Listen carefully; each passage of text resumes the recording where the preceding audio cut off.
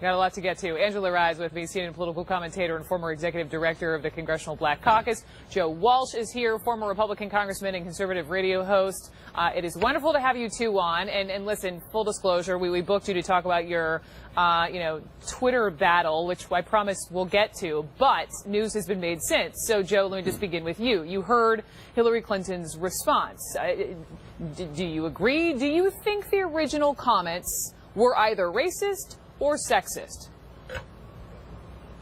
Hey, Brooke, no, I'm rolling my eyes right now because this is what the left always does. They always go to racism.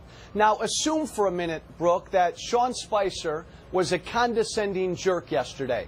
And I think he probably was. But what does that have to do with race? And what does that have to do with sex? Brooke, Sean Spicer has been a condescending jerk to white male reporters a whole heck of a lot. And April's a great reporter, but doesn't she want to be treated equally? Why does this always have to do with race and sex? It's ridiculous. Angela, how do you feel about it? I don't know if Sean Spicer is a racist. I don't know if Donald Trump is a racist. I don't know if the fallout that April experienced with Omarosa, who's a White House staffer, has challenges because of racial animus. What I do know is that April Ryan was disrespected yesterday and it was unwarranted. What I do know is that Sean Spicer is not April Ryan's father, so he should not tell her she should and should not do. What I do know is that I'm sick and tired of this White House, as I was sick and tired of the campaign treating people less than, whether they're different because they are black, or they're different because they crossed the border, or they're different because they worship a different God, or their God is known by a different name. I am tired of difference being disrespected and mistreated by this White House. Okay, so let me move on to... Hey, Brooke, Angela, Brooke, Angela. I'm not talking to bigots, Go ahead, Joe. Go ahead, I'm not talking to bigots.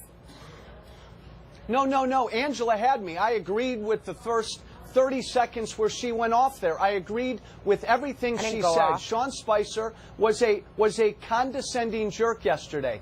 But then Angela had to go to race. Why did it have anything to do with race? Angela, he has treated male white reporters horribly before, too.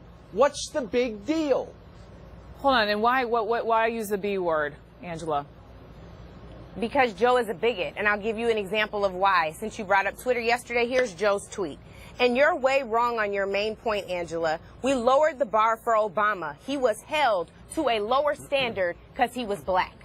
That is Joe Walsh's tweet. You all decided to give Joe Walsh a platform today. I'm not giving him the time of day. I'm interested in having conversations, Brooke, that will move racial people of all races forward in this country. I'm interested in having a conversation that will help us to admit the wrongs that were done in this country and how we move forward. I am not interested in trying to convince and change the mind of a bigot, someone who will openly troll me and say things that are offensive that he knows are not true. Here we are. Let me just ask you, can you explain to me what you meant by your initial comments and about the so-called presidential bar? Let's just back up for a second. Hey, Brooke, that's me. That's for Angela. Angela was on AC 360, and she had this conversation with about lowering the bar for President Trump. Here's the clip, and then Angela, I want you to explain what you meant. Sure. I think that the bigger issue that I have, speaking of having no chill, is that if this would have been under the Obama administration, there would be no end to this. Barack Obama had to be the next best thing to Jesus. And here we are, just 2 months in and some change. And there is issue after issue. Maybe it's not Russian collusion. Maybe it's collusion with the Intel Committee chair. But it's highly problematic. Angela, first to you. Tell me what you were getting at. Sure. I think it speaks for itself. This president has been in turmoil since the campaign. He talked about grabbing women by their private parts. This is a man who, let's put the shoe on the other foot. Barack Obama, a black man in this country running for president with not one, not two, but 3 baby mothers. Let's, put the shoe on the other foot. Someone who took a loan from their father that they call a small loan of $1 million. Let's talk about all of those things. Someone who discriminated against people who were trying to just find spots in his housing facilities. Someone who took out full-page ads calling for the death of 5 young black and brown boys. If Barack Obama would have done any of that, Brooke, he would have never even made it to the general election, and that is the point. We're talking about a double standard. We're talking about lowering a bar. Barack Obama hurdled every bar that was put in front of him. When Michelle Obama talked about going high, when they go low, they did it at every turn. This is a woman who was called an ape, who they put pictures up of Barack Obama looking like a monkey. These are the people I'm talking about. They hurdled everything that came their way, every obstacle. And this man, it's asinine to even think that this man is now in the White House. Here we are in the middle of an investigation, but Hillary Clinton's emails. So yeah, I mean, it's very frustrating. And I'm tired of people telling me that black people are beneath a standard when we have to be twice as good all the time. And that is why I said I'm not interested in having a dialogue with someone like Joe, who has demonstrated a propensity towards bigotry. And he did that on Twitter yesterday in 140 characters or less. Whew. Hey, Brooke, I apologize, Brooke, that you invited a bigot on your show. Look, my disagreement with Angela had nothing to do. Wait, are you now calling Angela? No, he's a bigot. He's apologizing for himself. No. I'm sorry that Angela feels like I'm a bigot, and I apologize that you invited me, a bigot, onto your show. I know you wouldn't do that knowingly. Okay, I appreciate that. I don't need an apology. I brought you on because of this conversation that you all, that happened over Twitter. I'm just trying to understand. I wanted to understand where Angela was coming from her initial comment. I want to understand why you had such a problem with what Angela said, and you took to Twitter and you let everyone know about it. I want to understand what your issue is with that. And Brooke, thanks. My disagreement had nothing to do with Trump.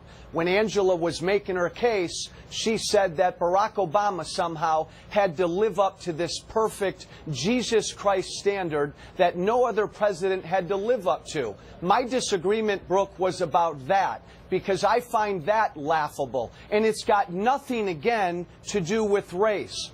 Never in our country's history have we had a president so, coddled and pampered and protected by the media like Barack Obama. That's not a high standard, Brooke. He was held to a very low standard because the media so loved him.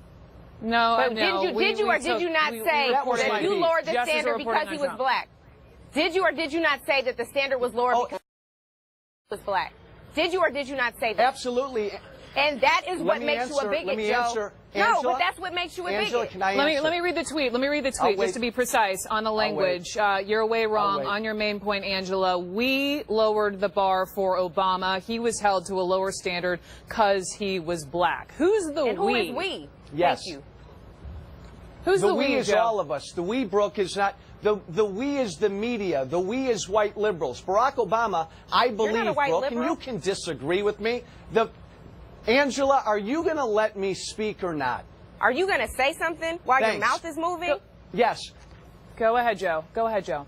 This is horrible. I'm talking about all of us. It was a big deal. We elected our first black president. That was a big deal. And because of that, we lowered the standard. We did not criticize him like all of our other presidents. We didn't vet him like all of our other presidents. Oh my we God. were invested in that first black president succeeding. Now, just as President Trump was elected. I'm just telling you what I think. That's, I'm sorry, by the way, where are Donald that's Trump's racist. tax returns? What are you talking about? I'm not defending Trump. No, Angela, but the point is that Trump. So is Donald Trump's standard lower than Barack Obama's? Please tell me you see that. Hey, you know what, okay, Angela? well, I think it's about the same. Barack Obama had no experience, and Donald Trump had no experience. That is not true. Barack Obama was a constitutional law professor. Barack Obama was a state legislator. Barack Obama was a senator in the United States Senate. A state senator in Illinois for 10 years? I'm sorry. We elected a he actually served in Congress longer than you did, Joe. He was a United States senator, guys. Lowering the bar. You did one term. So I'm just saying he actually... You did one term. Wasn't. So I'm no, just, he wasn't. you did one term. He served longer than Angela, you. So what kind of bar? Okay, but it's about you attacking black people for having lower standards. Really? Why, Come on, can man. you? Hey, Angela, can I not attack Barack Obama and not be a racist? Is that possible? Did Is you that not possible?